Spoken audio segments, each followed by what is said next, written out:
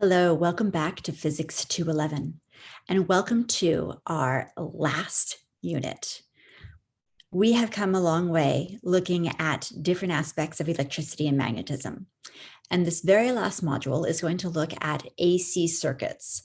So when we think about the electricity that we see in our homes that we are using constantly, that is being delivered to us by the wires that bring us our electricity, that is AC, alternating current. So now we're going to look at specifically at what alternating current is, and then we're also going to look at capacitor circuits.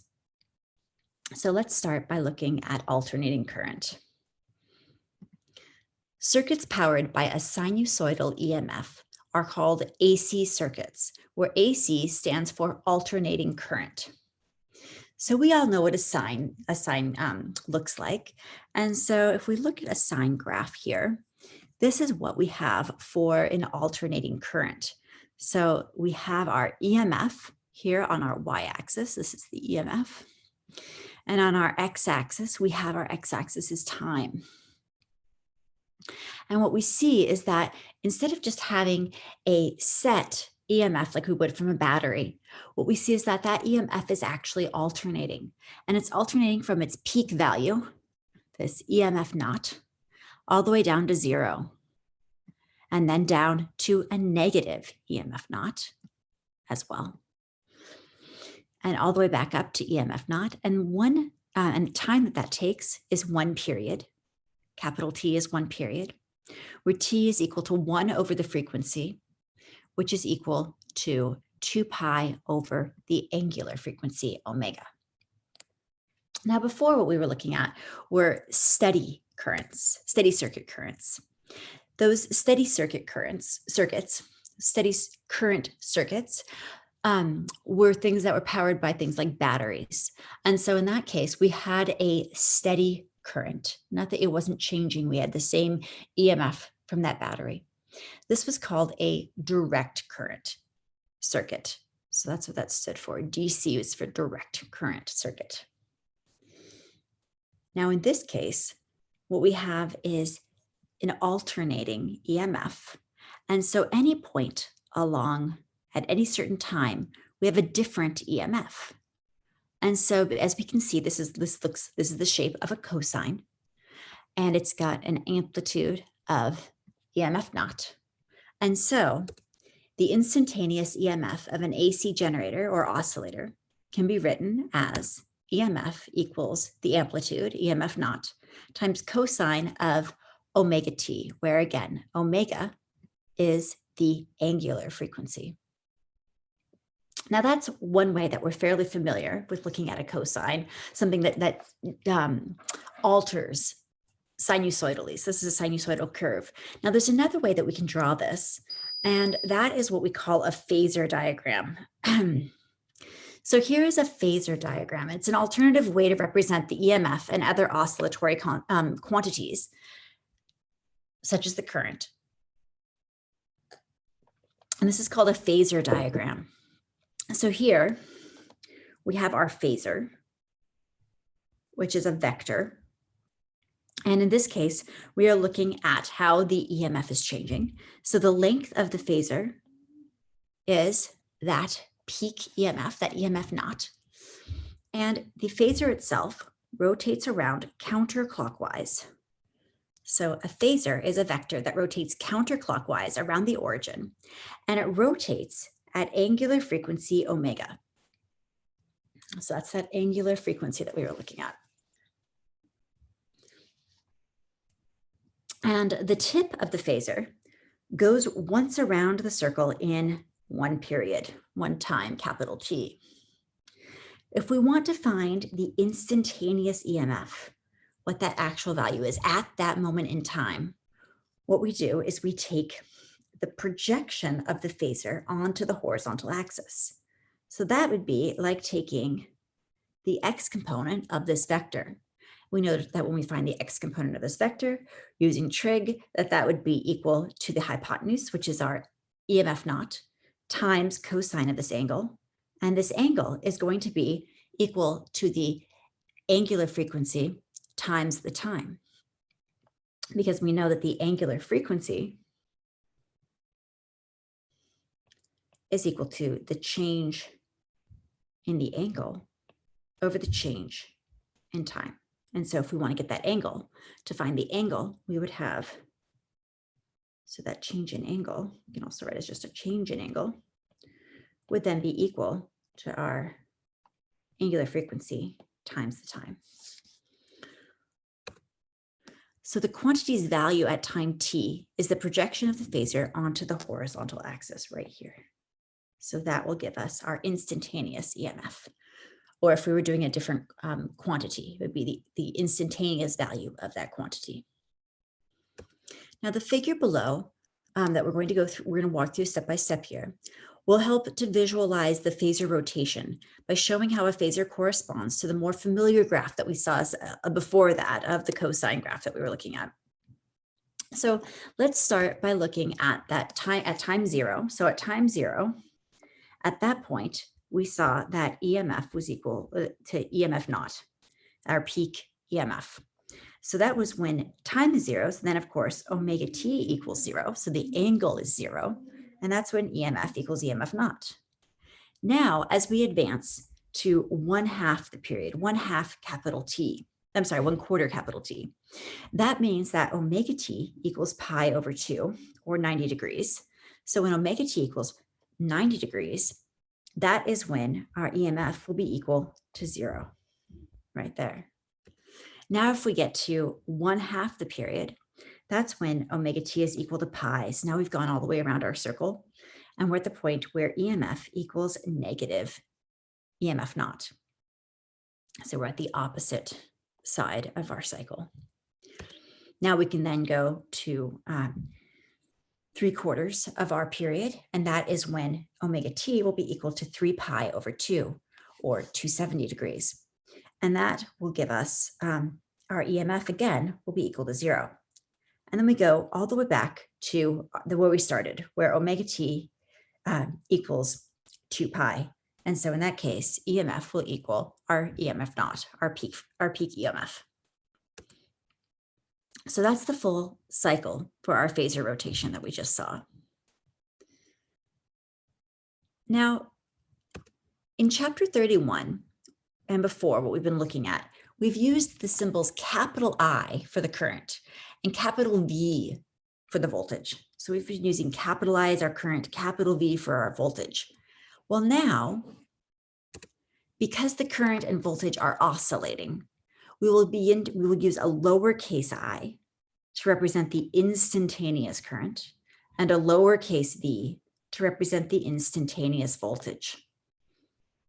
So right here, we see that the instantaneous current in the resistor is going to be lowercase I sub r, and the instantaneous resistor voltage will, again, just like Ohm's law, be Ver, and in this case, it's the instantaneous voltage, little v, lowercase v sub r, is equal to the instantaneous current, lowercase I sub r, times the resistance, which does not change in time. So we see that the potential decreases in the direction of the current. So let's look at how a resistor circuit, when we have an AC circuit, will work. So the figure here shows a resistor connected across an AC generator of peak EMF equal to capital V sub r. So the peak EMF in this case is equal to capital V sub r. Now the current, this is the current direction when the EMF is positive. So when the EMF is positive, the current will be going in this direction. But a half cycle later, when the EMF is now negative, the current will be in the opposite direction. Now, of course, the drop across of the potential across the resistor, that will be equal to negative V sub r, where that's the instantaneous voltage.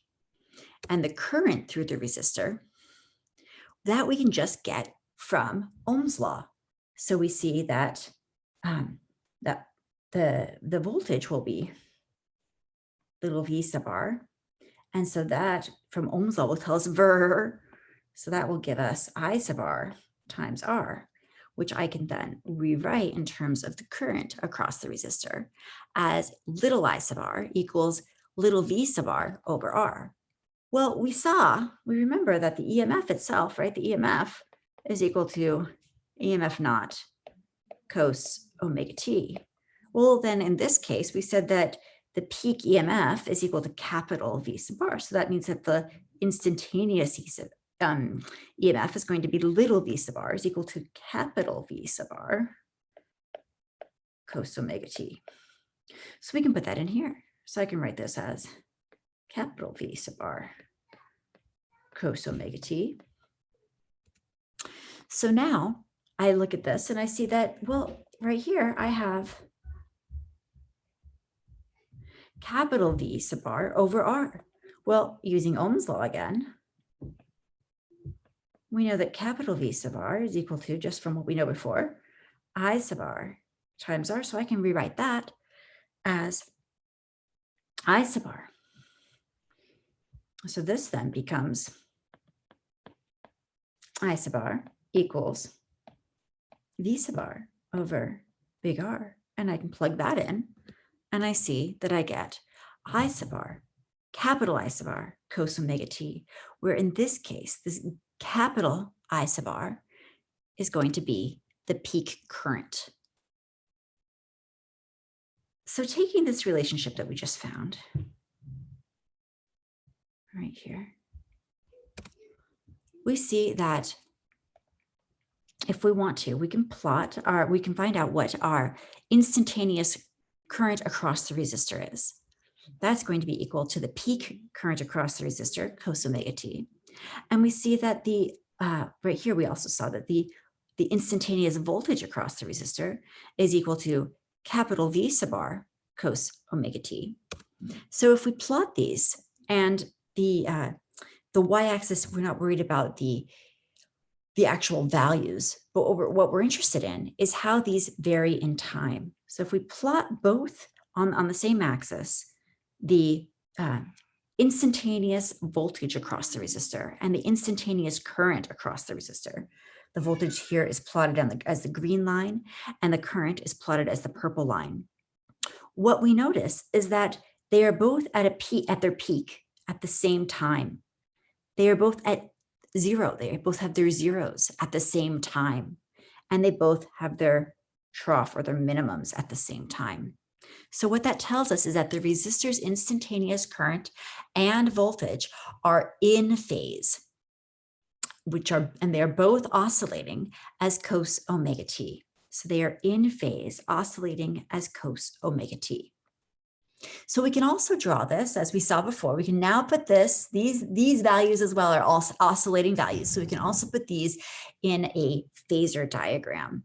So if we draw a phasor diagram for a resistor circuit, what we can see is that our phasor for our voltage phasor here, and our current phasor, they will always be in the same place. So they will always be in the same place. It doesn't matter their length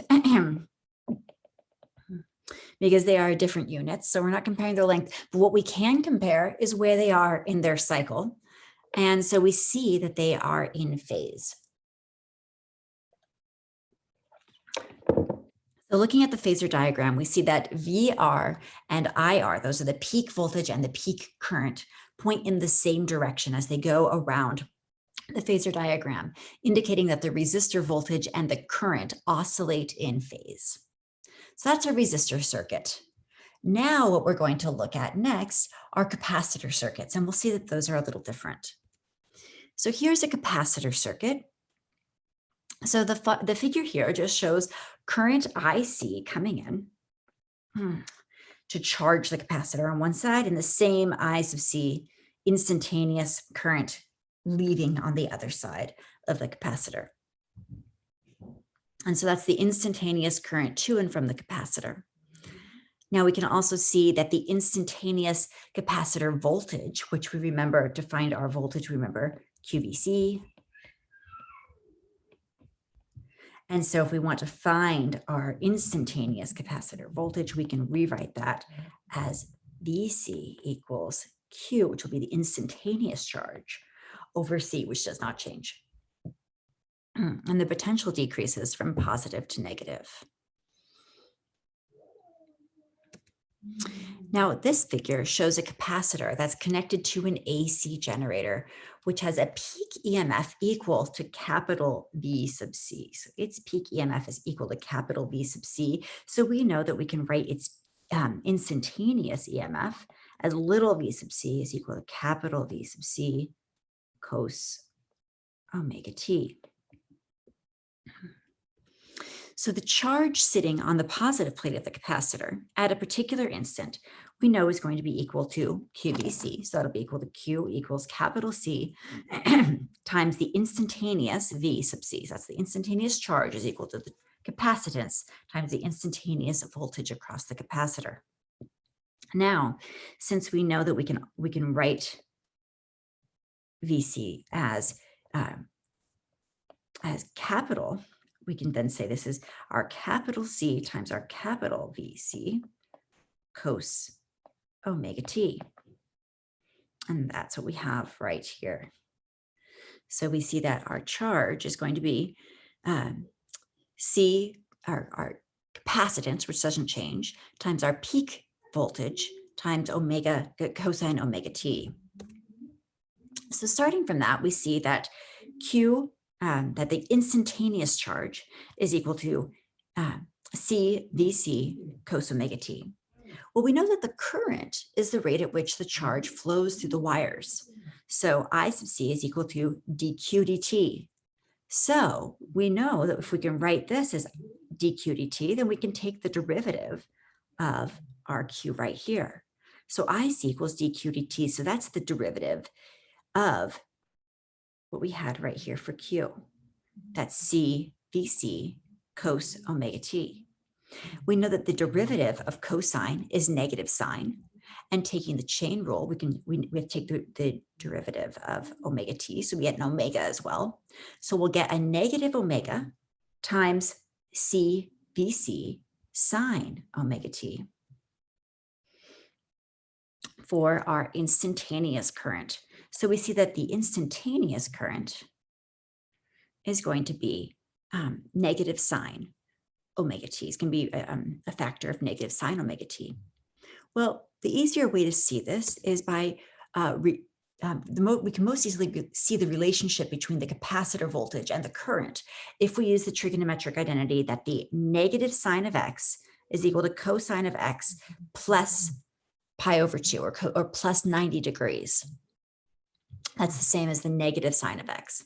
And so taking this and plugging it in up here, so we're going to now, instead of saying sine of omega t, we're going to have, instead of having negative sine of omega t, we're going to now have cosine of omega t plus pi over 2. So we can write that the instantaneous current is equal to omega times capacitance times the peak voltage times cosine of omega t plus pi over 2. The fact that there is this plus pi over 2 inside the cosine, that tells us that the instantaneous current is phase shifted, and it's phase shifted from the instantaneous voltage by pi over 2 or 90 degrees. So let's see what this would look like. So we're saying that the instantaneous voltage is equal to omega C VC cosine of omega t plus pi over 2. So a capacitor's current and voltage are not in phase. And we can plot them right here. And if we look at how they're plotted, we see here again, in this case, the voltage is in green and our current here is in purple. And we see that right here at this point, that's when our current, our instantaneous current peaks. So that's its peak right here. And that's not the same place where our instantaneous voltage peaks. Our instantaneous voltage is peaking here at a quarter of the period later. So the current leads the voltage by 90 degrees. the current peaks 1/4 of a period before the voltage peaks. And so the current is actually leading the voltage by pi over 2 or 90 degrees. So if we look at this as a phasor diagram, which again, we're going to use a phasor diagram here because these are oscillating quantities, we see that in this case, the current is going to not be lined up perfectly. The current phasor is not lined up with the voltage phasor, but is in fact ahead of the voltage phasor by 90 degrees. So the current phasor leads the voltage phasor by 90 degrees, which right here we see that angle that we're talking about is omega t plus pi over 2. And so we see that when we look at the projections onto the horizontal axes for each of these vectors, that the instantaneous current and voltage do not line up. So the AC current of a capacitor leads the capacitor voltage by pi over 2 radians or 90 degrees. So let's look at how we can relate our peak current for a capacitor. So the peak current to and from a capacitor is going to be equal to, when it's the peak current, that will be omega c VC. So that's the peak current. That's what IC is. And IC occurs when we have our peak current. So we can find a relationship using this that looks similar to Ohm's law. We remember that Ohm's law, of course, is Ver. So it looks like Ohm's law. And we define what we call the capacitive reactance, which is similar to the resistance. And we define that capacitive reactance is defined as 1 over omega, which is our angular frequency, times the capacitance. So we see that this is a relationship, an inverse relationship.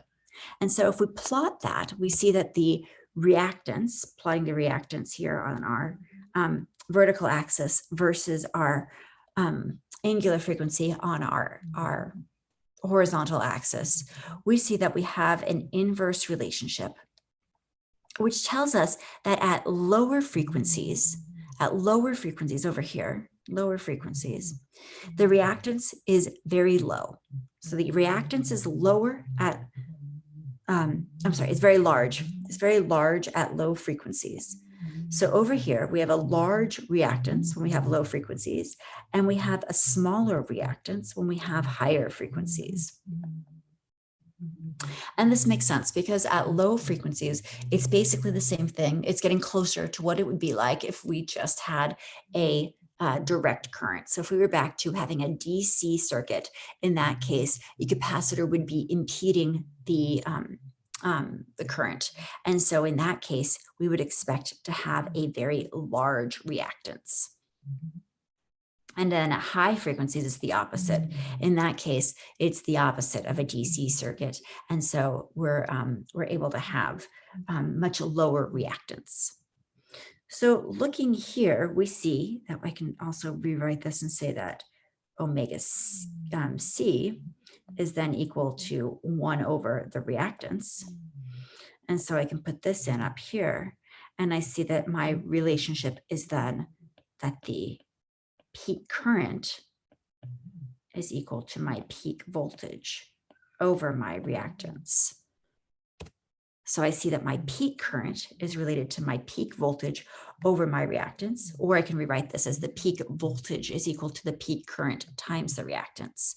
Note that this is the peak. These are the capitals, right? The capital I sub C, the capital V sub C. These are the peak current. It is not the instantaneous current because they are not in phase. So we're talking about the peak current that is related to the peak voltage as 1 over the reactance. So that is capacitive reactance. And in the future, in a little bit, we're going to be looking at inductive reactance, and we're going to see how that differs from capacitive reactance.